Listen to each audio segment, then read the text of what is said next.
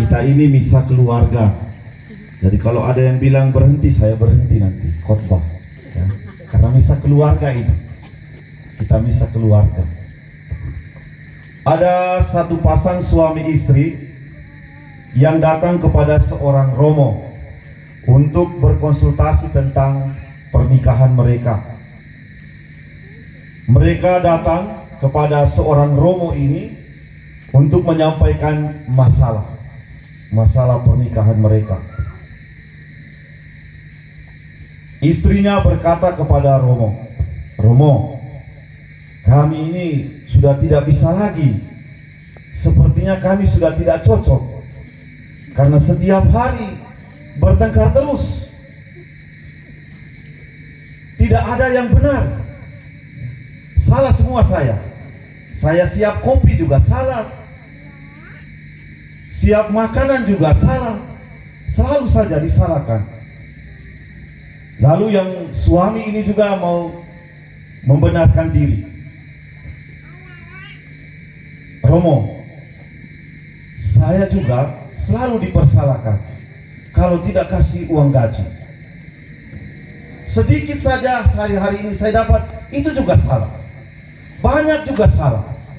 Salah semua. Akhirnya mereka berdua mengatakan, kami ini sudah tidak cocok, Romo. Mungkin bisakah Romo kasih solusi untuk kami? Lalu Romo tanya, selama ini kamu sudah ada solusi? Tanya kepada suaminya. Lalu suaminya menjawab, Romo, selama ini saya cari solusi untuk menenangkan diri saya adalah saya minum oke. Ya, supaya saya tenang, saya tidur. Dia ngomel-ngomel, saya tidak dengar. Itu solusi saya. Saya minum oke. Ya. Ini cerita fiktif, jangan percaya. Saudara dan saudariku yang terkasih, sering kita mendengar tentang keluarga bahagia, keluarga sejahtera. Bahkan ada yang mengatakan keluarga retak, masyarakat rusak. Ya. Ada orang yang mengatakan keluarga retak, masyarakat rusak. Bapak kera, ibu lembu, anak rusak. Orang Ede biasanya tidak lengkap. Sebenarnya bapak keras, ibu lembut, anak jadi rusak. Maksudnya begitu. Ya, karena kurang huruf maka bapak kera, ibu lembut, anak rusak.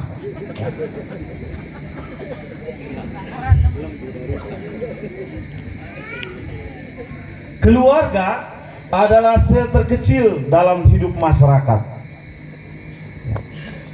Dan setiap keluarga memiliki sejumlah kebanggaan kalau keluarga itu bahagia. Ya. Maka kita sering mendengar ungkapan keluarga bahagia, keluarga sejahtera. Ya. Menjadi keluarga yang bahagia tentu tidaklah mudah.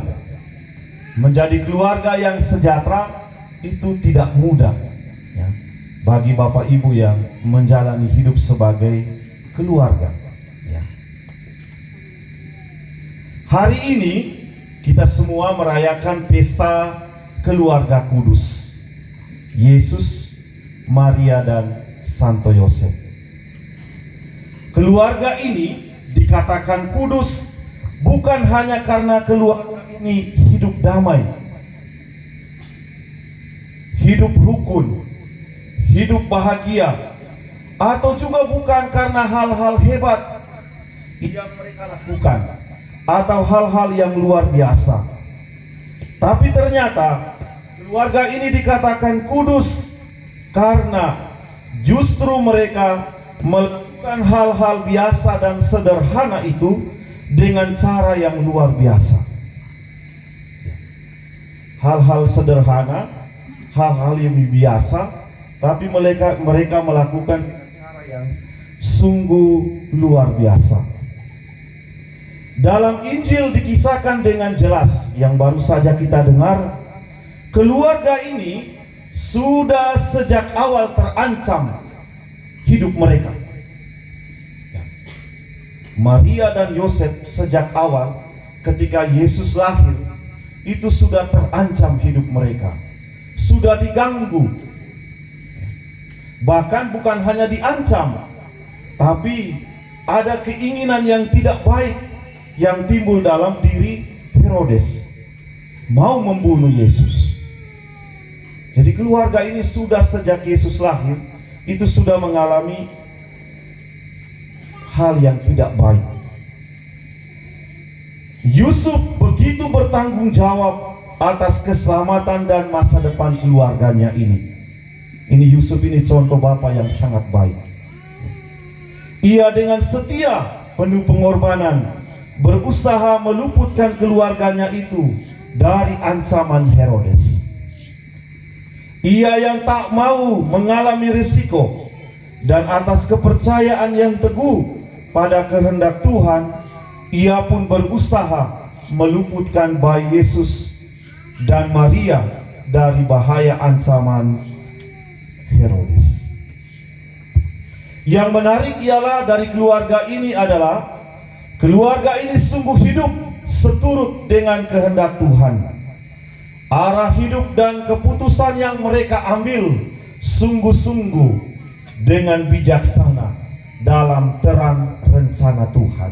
Meskipun sulit, meskipun dalam keadaan yang begitu ngeri, ya, terancam karena mau dibunuh, tapi mereka dalam terang kebijaksanaan Tuhan, dalam terang Tuhan, dalam doa, mereka sungguh-sungguh mendengarkan suara Tuhan. Dan ini dapat kita lihat bahwa dengan selalu mendengarkan terang dan kebijaksanaan dari Tuhan, Allah sungguh mendapat tempat di dalam keluarga. Tuhan Allah sungguh mendapat tempat di dalam keluarga. Dan inilah keluarga yang menjadi contoh dan model bagi setiap keluarga beriman yang percaya akan peranan Allah yang siap hadir dan mau bertumbuh bersama, baik dalam kesetiaan, pengorbanan, pelayanan. Dan inilah keluarga yang menjadi contoh yang selalu bergantung secara total pada Tuhan sendiri sebagai kekuatan dan andalan mereka. Saudara dan saudariku yang terkasih, pertanyaannya, bagaimana dengan keluarga-keluarga kita, keluarga-keluarga Katolik pada zaman ini? Hari ini kita semua berkumpul untuk merayakan Natal bersama. Secara khusus kita diundang oleh kerukunan keluarga Barina, Bajawa, Riung, dan Nagikeo. Dalam perayaan ini kita ingin mengungkapkan rasa kebersamaan dan persaudaraan sebagai satu keluarga besar yang mempunyai semangat yang sama, yakni semangat untuk memulai sesuatu dengan membuat niat yang baru setelah Natal ini. Seturut tema Natal tahun ini, maka pulanglah mereka ke negerinya melalui jalan lain.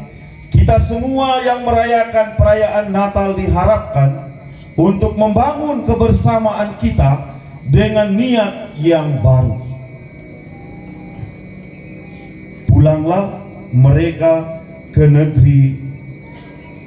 negerinya melalui jalan lain. Ini sebuah ungkapan yang bagi saya sungguh sangat berkesan dan tentu ada makna yang sangat mendalam. Pulanglah mereka ke negerinya melalui jalan lain.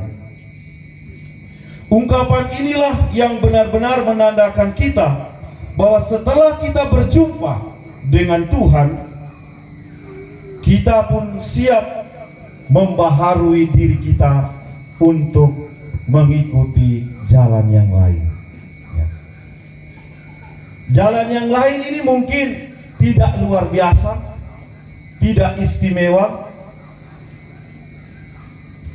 tidak juga hal yang wow, tapi hal yang sederhana yang ditunjukkan oleh Tuhan kepada tiga Majus dari timur. Maka saudara dan saudariku, supaya perayaan ini bukan hanya sebatas perayaan, mari kita membangun niat yang baru setelah perayaan ini.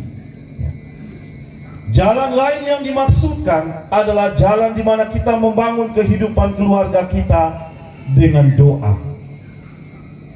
Ada yang tidak tahu berdoa, setiap hari hanya kerja terus. Ini bahaya kalau kerja terus, tidak ingat doa. Pernah ada seorang mahasiswa ketika mau membuat rekoleksi, lalu pastornya sudah menyampaikan pertama melalui grup.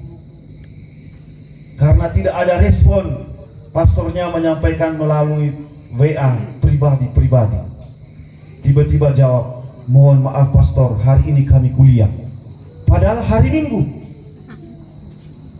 Ya, mohon maaf pastor, hari ini kami kuliah. Padahal itu hari Minggu. Ya. Ini salah satu tanda bahwa orang sudah lupa. Ya. Orang sudah lupa. Nah, ini model hal yang harus kita pelajari dari keluarga Nazaret. Lalu yang kedua, jalan lain yang dimaksudkan oleh Tuhan bahwa kita setia untuk membangun hidup dengan baik, terutama hidup rohani kita. Sekarang ini banyak orang yang sudah lupa jalan ke gereja. Padahal jalannya sudah jelas, sederhana, tapi orang lupa. Hari Minggu orang sibuk dengan pekerjaannya. Orang tidak ingat lagi jalan ke gereja. Ini ungkapan hal jalan lain. Kembali ke negeri kita, kembali ke diri kita untuk melewati jalan lain. Jalan lain yang dimaksudkan oleh Tuhan adalah di mana kita ingin membaharui diri kita. Selama ini mungkin kita tertutup hati kita, pikiran kita. Kita diharapkan untuk saling membantu. Kalau ada yang membutuhkan, jangan tutup mata kita, jangan tutup telinga kita. Ini yang dimaksudkan oleh Tuhan melalui perayaan Natal yang kita rayakan. Dengan tema besar, maka pulanglah mereka ke negerinya dengan jalan lain. Maka saudara dan saudariku, hal inilah yang mesti kita bangun.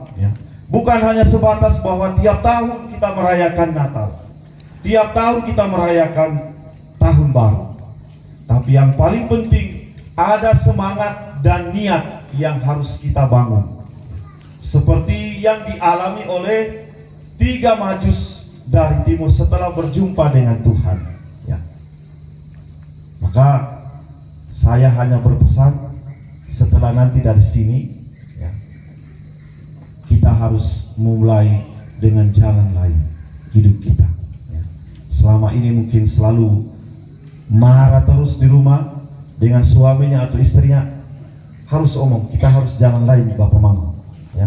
Omong dengan istri, omong dengan suami, kita harus bangun jalan lain, ya, supaya tidak ada lagi marah-marah. Ya. Selama ini mungkin ya, malas ke gereja, hampir lupa jalan, harus mulai ya, bangun hidup yang baru. Ya. Selama ini mungkin sulit untuk membantu orang. Kita selalu menutup mata, menutup telinga. Kita harus bangun niat yang baru, yakni mulai timbul kepekaan kita untuk membantu saudara-saudari kita yang lain. Nah, inilah semangat yang menjadi kebersamaan kita sebagai satu keluarga besar yang ada di tempat perantauan.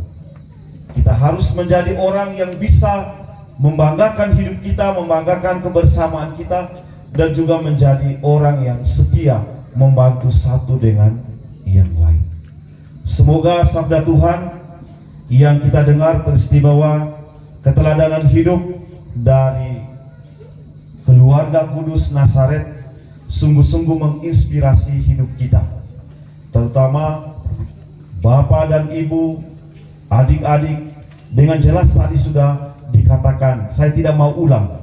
Dalam bacaan pertama itu sangat jelas. Harus saling menghormati, ya. Meskipun dia sudah tua. Biasanya kan kita kalau sudah tua, hai otak yang tidak main. Ya toh kalau misalnya anak-anak, kalau bapaknya sudah tidak mengerti, hai bapak otak tidak main bapak itu. Nah ini sudah diingatkan oleh kitab suci, ya. Sama juga dengan suami istri. Dalam bacaan kedua tadi sudah dikatakan, hendaklah saling menghormati, jangan berlaku kasar. Berlakulah seperti masa pacaran, selalu sanjung, ya. Jangan kalau hai mata kau bagaimana? Jalan saya tidak lihat. Kok mata itu taruh di mana kan? Masa jalan besar-besar itu kau tidak bisa lihat itu bareng. Sudah diingatkan dalam bacaan kedua. Kita harus memperikatkan diri kita dengan kasih sayang. Sebab dengan kasih sayang itulah kehidupan keluarga kita akan semakin damai dan sejahtera. Keluarga yang damai dan sejahtera adalah keluarga yang menempatkan Allah di dalam hidup mereka. Mari kita berjuang untuk selalu menempatkan hidup diri kita dan juga seluruh perjalanan hidup kita dengan menempatkan Allah di dalam kehidupan keluarga. Semoga demikian. Amin.